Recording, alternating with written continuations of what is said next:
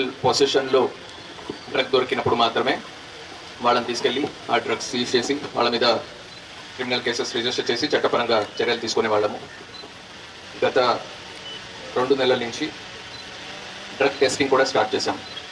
ఎక్కడైనా సస్పిషన్ ఉంటే, ఎవరైనా డ్రగ్స్ తీసుకుంటారు అని మాకు అనుమానం ఉంటే, సో వాళ్ళ దగ్గర నుంచి శాంపిల్స్ తీసుకొని, యూరిన్ శాంపిల్స్ తీసుకొని దాని బేసిస్ మీద డ్రగ్ టెస్టింగ్ కూడా చేయడం స్టార్ట్ చేసాము.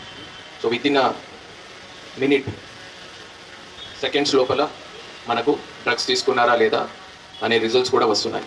సో తద్వారా వాళ్ళని మళ్ళీ రీహాబిలిటేషన్ సెంటర్కి జాయిన్ చేయించాలా, లేదా వాళ్ళకి ఎక్కడి నుంచి డ్రగ్స్ వచ్చింది, ఎవరు సప్లై చేశారు, సో దాని మీద ఇంట్రోగేట్ చేసి వాళ్ళ దగ్గర డ్రగ్స్ ఏదైనా మాకు దొరికితే వాళ్ళని జైలుకి పంపించాలా, సో దీనికి సంబంధించి మనము డిసిషన్ తీసుకోవడం జరుగుతూ ఉంది.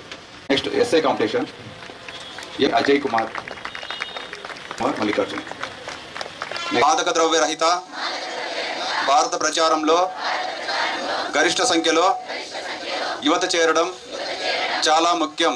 కుటుంబం, స్నేహితులు మాత్రమే కాకుండా మనం కూడా మాదక ద్రవ్య రహితంగా ఉంటామని ప్రతిజ్ఞ చేస్తున్నాము. నషాముక్త భారత్ అభియాన్.